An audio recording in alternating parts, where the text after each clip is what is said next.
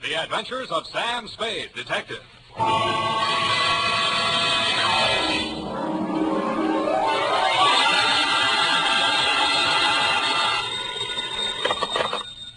Sam Spade Detective Agency. Quote the Raven, nevermore.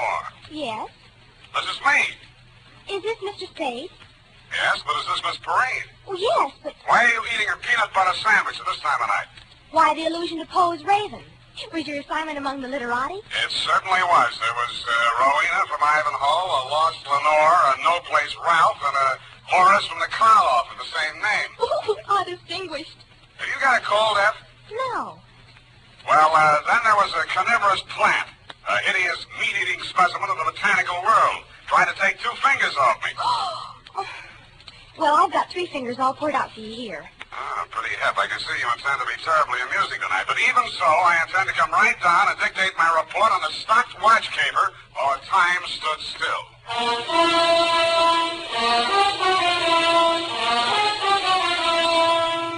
Dashiell Hammett, America's leading detective fiction writer and creator of Sam Spade, the hard-boiled private eye, and William Spear, radio's outstanding producer-director of mystery and crime drama, join their talents to make your hair stand on end with the Adventures of Sam Spade. And now, with Howard Duff starring as Spade, the greatest private detective of them all, in the Adventures of Sam Spade. Hello, Sam.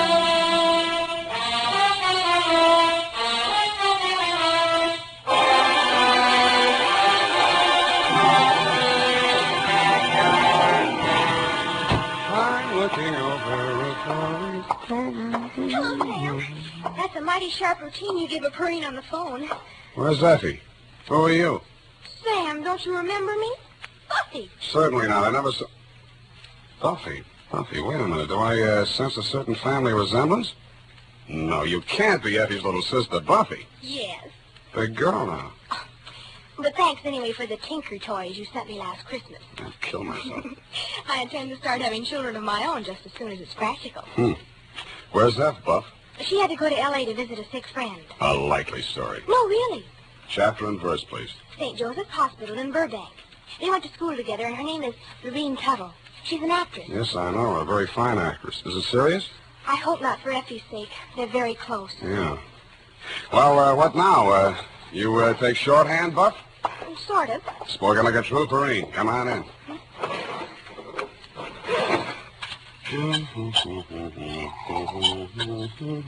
Oh, I hope it's good and gruesome. I take it back. I meant the caper, not what you're drinking. Okay, Buff, you win. Ready? Why not? Date April 10, 1949 to Deputy Sheriff Bill Woodington, Marin County Sheriff's Office, San Rafael, California, from Samuel Spade, license number... 37596. Oh, steady listener.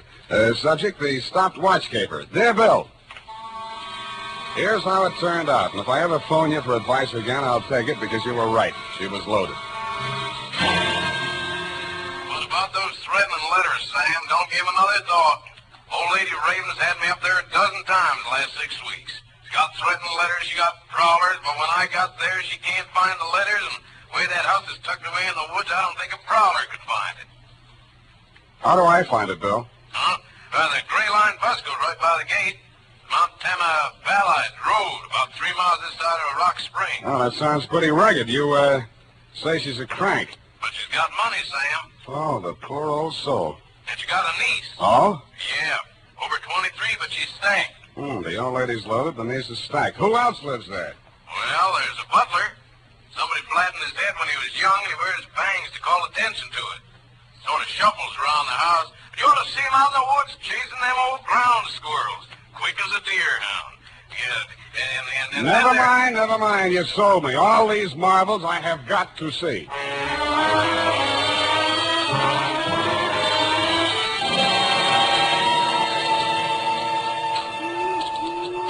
It was only 3 in the p.m. when I skulked in through the gates of Ravenswood, but it was so dark the hooty owls hadn't gone to bed yet.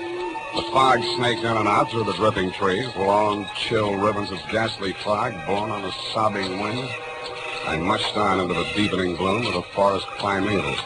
After 10 minutes of that, I began to wonder if there was any house there. When I saw it, I still wondered. It looked more like a fungus growth.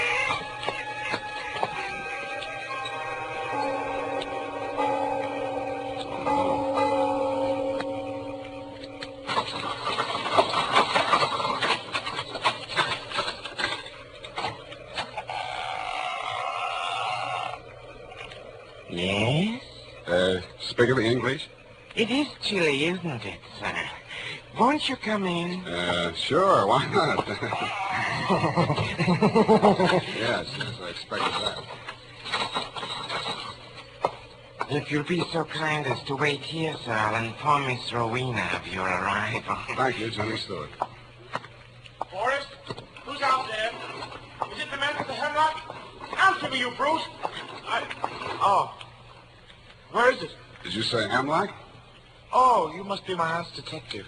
Spade, was it? It is, right. I'm Ralph Raven. Come along with me, Spade. I have something interesting to show you. Ralph Raven was the one member of the household you hadn't described to me, and no wonder. The wasted figure that looked up at me from the wheelchair was more like a ghost than a man. His face was chalk white. So white it seemed almost luminous, and the skin clung so close to his skull there seemed to be no flesh beneath it. And his wide, staring eyes looked like 2 cups of black coffee on a snow-white tablecloth. I followed him into a glass-enclosed room only slightly larger than the garden court at the plaza. The humidity was several points higher than the dripping woods, and the temperature was several degrees lower. But the plants he had growing there seemed to thrive on it. As I edged nervously through the dense, quivering foliage, I noticed a strange-looking yellow-green pod, about the size of a milk bottle at the end of a long, tubulous stem. It leaned over, opened its red mouth, and said, "Hey, what is that thing?" Oh, that's my Sarracenia gigantosa. Meat eater. Carnivorous plant. Don't be frightened. I just fed it. Don't tell me. You know what it eats? Acts like it needs a dose of bicarb. No, perfectly healthy. Merely part of the digestive process, even as you and I. Not me. But over here, you're a detective. These plants should interest you. Oh, don't touch that mandrake. Never thought of it. It won't cry out. No vocal cord. Oh, I see. It's very sensitive. Oh, sensitive. And deadly poison. Oh. And see here, these pretty purple blossoms? Yes, very pretty. Source of an alkaloid poison, favored by the Borgias. And these, white hellebore. Watch your language. I use it in compounding veratria, a poison so ancient it would probably go undetected in the police laboratories of today. Mm-hmm. And here's a charming one, both a killer and a medicine. Belladonna, or deadly nightshade, source of atropine. Mm-hmm. And this, commonly known as Nux vomica, Well, produces not one but 2 deadly poisons. The well-known strychnine and the rare and not easily detectable brucine. yeah, well, it's quite a hobby, Mr. Well, Raven. it's not a mere hobby, Mr. Spade. It's a practical science. All the plants in this conservatory have their fatal properties, and all have played a role in the great crimes of history. Did my aunt get another threatening letter? So she says. Odd that she should fear death at her age, and odd that she should hire a bodyguard. How does she know how it'll come? It might be poison. Speaking of poison, brother dear, it's time for your medicine. Oh, Spade, my sister, the lost Lenora. How do you do, Mr. Spade? How do you do? Here, Ralph, drink up. Why does it always have to be in milk? Hey, look here, it's not time anyway. Oh, this confounded watch has stopped again. Spade, what time do you have? Why, it's 3, that's funny. My watch has stopped, too. I didn't know then what that meant. In fact, if you look on the last page of this report, Deputy dear, you'll see that the stopwatch was the key to the whole puzzle. I protest that my failure to realize its significance at that moment had absolutely nothing to do with the fact that my client's niece, Lenore Raven, was, as you so roguishly put it, stank. About there, Boris, the butler, bobbed up and beckoned me from the balustrade. I followed him upstairs and was ushered into the austere and regal presence of my client, Rowena Raven. That will be all, Boris. Yes, madam. Oh, Boris, I just remembered. Yes, madam. There on the occasional table, my watch. I want you to take it around to the watchmakers in the morning. It's on the fritz again. Yes, madam. Mr. Spade, I must apologize for keeping you waiting. Oh, that's all right. My watch hasn't been keeping proper time ever since those threatening letters started. Would that be a clue, Mr. Spade? Maybe we'd better start with the letters, Mrs. Raven. I can't find them anywhere. I think that young man from the sheriff's office must have pinched him. Bill Whittington? Oh, I'm sure not. Well, all the same, it's very odd that every time he comes here, he can't find them. Well, where did you put them, Mrs. Raven? Right there on the occasional table. Yeah, well, Mrs. Raven, sometimes people have very vivid dreams. Huh? Doesn't mean there's anything wrong with their minds or anything like You that. talk just like Dr. Slosser. That young sawbones my niece sent around looked at my sciatica. Sciatica's nothing but a pain. How can you look at it? It's a lot of bull. Yeah. Well, what did the letters say, Mrs. Raven? That's why I wondered about my watch, Mr. Spade. The letters always contain some reference to time.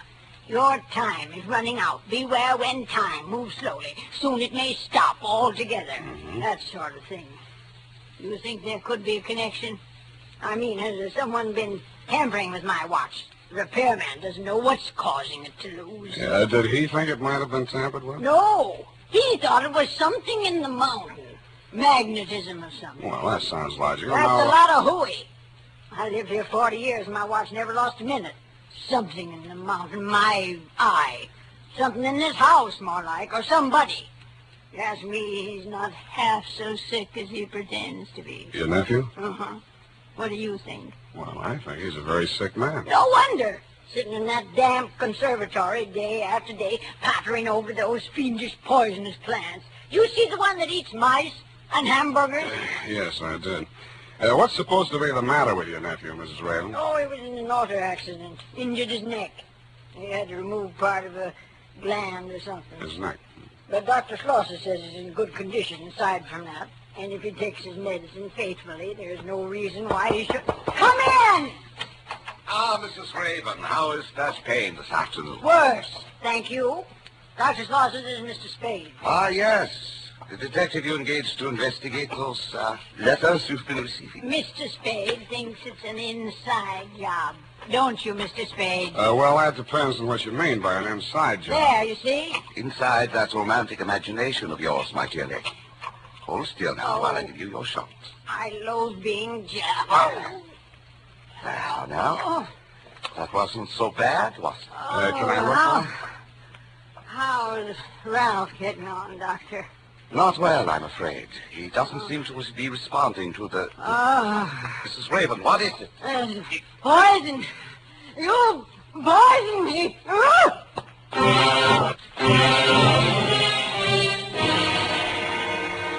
The cry she uttered was only half as terrible as the expression on her pain-contorted face.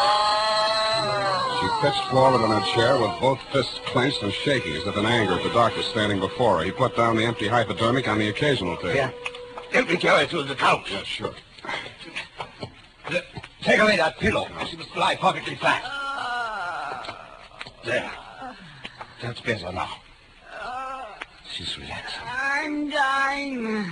There was poison in that needle. Please, Mrs. Raven, it was only sedative to make you sleep. Sleep. Sleep. The time is running out. The poor woman. Malignant condition. Only a matter of time. Does she know? That she has only a short time to live? Oh, yes. Well, I have another call. Do you have the time my watch seems to have stopped? Another one. I beg your pardon. Nothing. I left my watch at home. Oh, then Ludwig, something terrible. Your aunt is sleeping. You'd better come down to the conservatory right away. Ralph is in terrible pain. What kind of pain? He keeps saying he's been poisoned. What? Well, come along. Take that hypo to the kitchen door and sterilize it. Where is it? On the table there. He stopped in his tracks. His mouth fell open, and he gaped at the tabletop where he put down the hypodermic. In its place had appeared two items. An old-fashioned lady's watch and a note written in green ink. The note said, "Time must have a stop." I picked up the watch and held it to my ear. You guessed it. It wasn't ticking. I had a hunch my client wasn't either. And I was right.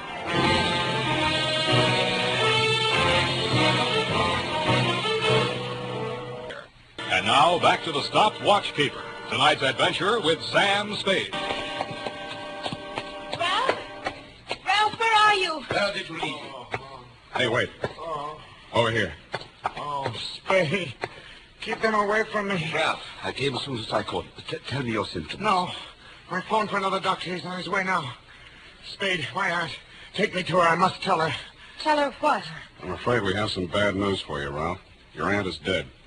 Oh, so you poisoned her, too. Ralph, you're sick. You don't know what you're saying. She's been to every specialist in the country. They all said the same thing. They all said she was good for another 3 months. My dear boy, in these cases, any doctor's guess is as bad as the next. Oh. Please, Ralph, you're very sick. Please let Ludwig examine you. If it's what you think, the other doctor may be too late. Why not? Why should I fear death? That's better. Now let me see your eyes. So. Open the mouth.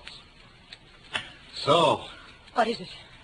What is it? He's right. It is poison. This is... You know, my dear. Yes? When you sterilized that needle for Ralph's shot this morning, did you pick up the wrong bottle? Of course not. Strange. Very strange. But don't worry, Ralph. There's a very simple antidote. Oh, thank heaven. You should, my dear. Indeed you should.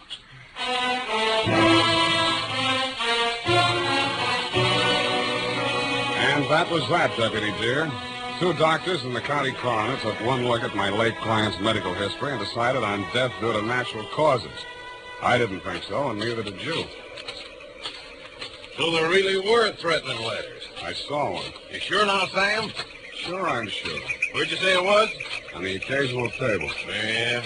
What was you doing when it wasn't a table? Not occasionally, occasional. Oh, just any old table. No, Bill, get this. It's real deep. An occasional table is a table that a woman picks up at a bargain and puts into a room under the mistaken impression that it may come in handy someday. Mrs. Raven used hers as a catch-all for her unanswered correspondence, threatening letters included. And what happened to the one you saw? I don't know. I put it right here in my coat pocket along with a watch. It just disappeared. That might be tampering with evidence. Listen, Bill, things were disappearing from that table almost as fast as other things showed up. Yeah, sounds like pack rats. You follow that up, Bill. I'm going to pack up and rat out of here. Now look, Sam. My client's dead. It's officially okay. I haven't made a penny out of the caper, and now I'm not likely to. So, do you give me a lift back to the toll gate, or do I hitchhike?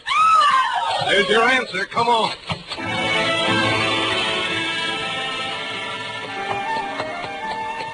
When we reached the second bedroom, whence the scream had come, we found the lost Lenore looking well found in something comfortable.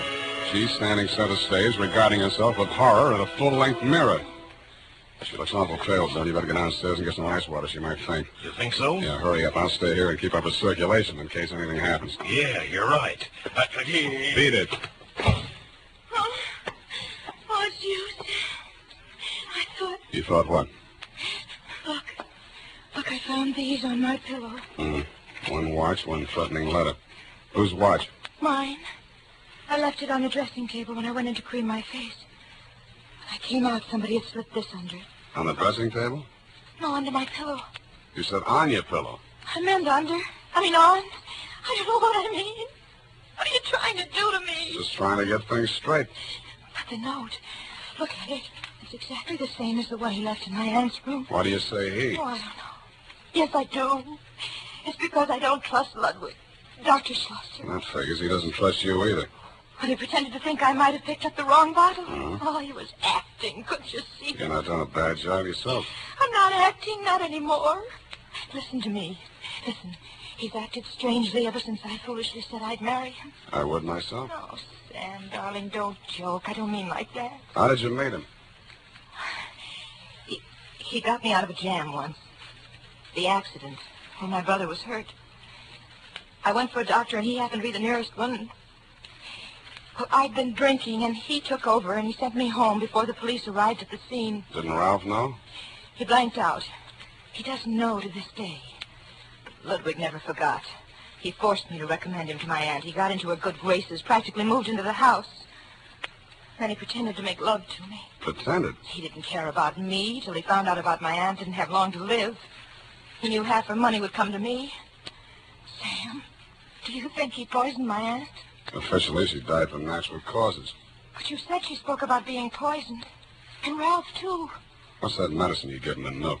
I don't know. It's a prescription, just some drops that come in a metal container. Where do you keep those drops? Here in my room. I have to hide them. They make Ralph feel so much better. He used to overdose when the doctor trusted him to dose himself. Let me see that medicine. It's just here in this cabinet. Here it is. It's Don't tell me. It's empty. There was a glass bottle inside the container. Small but heavy. Lead yet. Hey, what are you doing with that gadget? The thing with the dials and the speedometer. Oh, that's something medical. I have to make a test on Ralph every day to see how he's getting along. You know what that actually is? Yes, I do. It detects anemia. Well, I wouldn't know about that, but a Geiger counter is generally used to detect something else. What are you going to do with it? I'm going prospecting for that missing medicine. Ah, there you are. I've been looking everywhere for you. I'm afraid I have bad news for you, Lenore. Ralph? My diagnosis was correct. Pernicious anemia. Dead. What is that you are carrying, Mr. Spade? Oh, nothing special, Doctor. Just an old Geiger counter. Lenore, did you let him take it? He said he was going to use it to find Ralph's medicine. What happened to Ralph's medicine? I don't know. It's just gone. Mr. Spade, that machinery is my property. I must ask you to hand it over.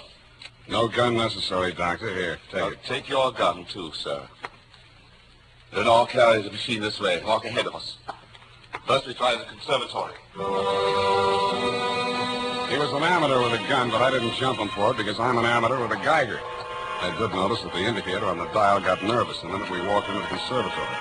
Ralph Raven's body was still in a wheelchair, no paler in death than in life. His sightless eyes were fixed on that obscene plant. The plant looked sick, too. It was drooping, and his red mouth was hanging open. As we walked past the wheelchair, the indicator on the dial of the Geiger counter moved forward and then slipped back again. Then it took a sudden big jump. Ah, so that was his hiding place. The maw of that disgusting carnivorous plant. Well, it's not pleasant, but there's only one way to get it. Don't move, either one of you. My eye is on you. Yes. Yes, it's here. At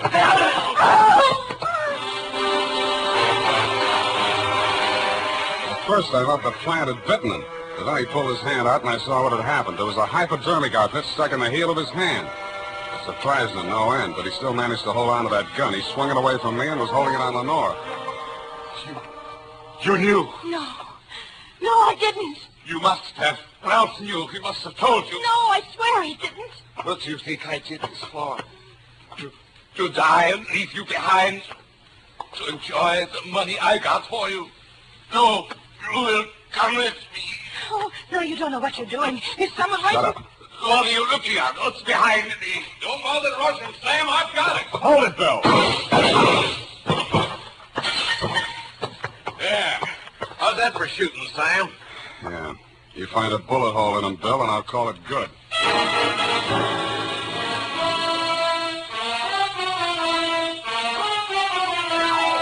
And that, deputy dear, is the crop. And it's all carnivorous.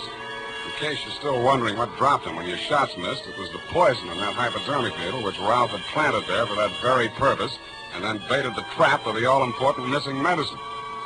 Later on, I learned that what the doctor had been feeding him was the right medicine for what ailed him, an isotope of iodine.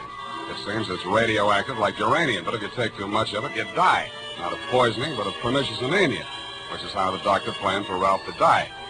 It also magnetizes watches so they don't keep the right time. And if they're cheap ones, like mine, they may stop altogether. Period, and a report. Got all that, Buffy? I got it, Sam, but I don't get it. Buffy, people have studied all their lives to learn about atomic stuff like isotopes, and you expect me to teach you everything in one easy lesson. Oh, no, Sam, I know about that. But who killed who? Whom, dear? The doctor killed everyone, but Ralph loaded the needle. Then they were accomplices? No, Buff, get this. It's real shallow. Ralph knew there was no way in the world to prove that the doctor was killing him and hastening his aunt's demise, so he saw to it that she got a dose of detectable poison and did himself the same favor. Now, like a good girl, go type that up, Here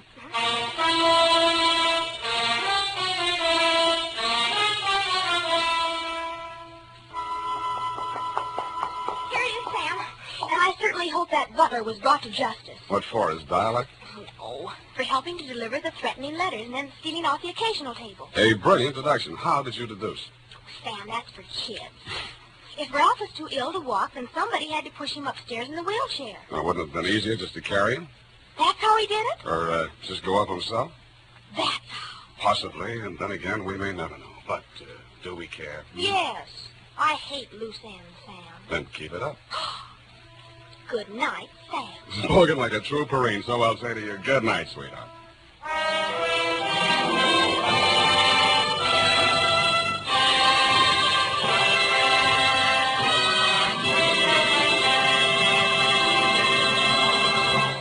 The Adventures of Sam Spade, Dashiell Hammett's famous private detective, are produced and directed by William Spear.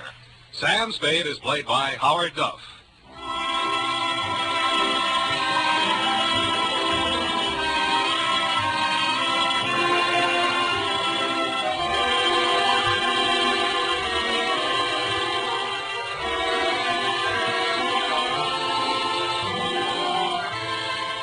The Adventures of Sam Spade are written for radio by Bob Tallman and Gil Dowd. Musical direction by Luck Gluskin, with score composed by Renee and Pierre Garrigan. Join us again next Sunday when author Dashiell Hammett and producer William Spear join forces for another adventure with Sam Spade.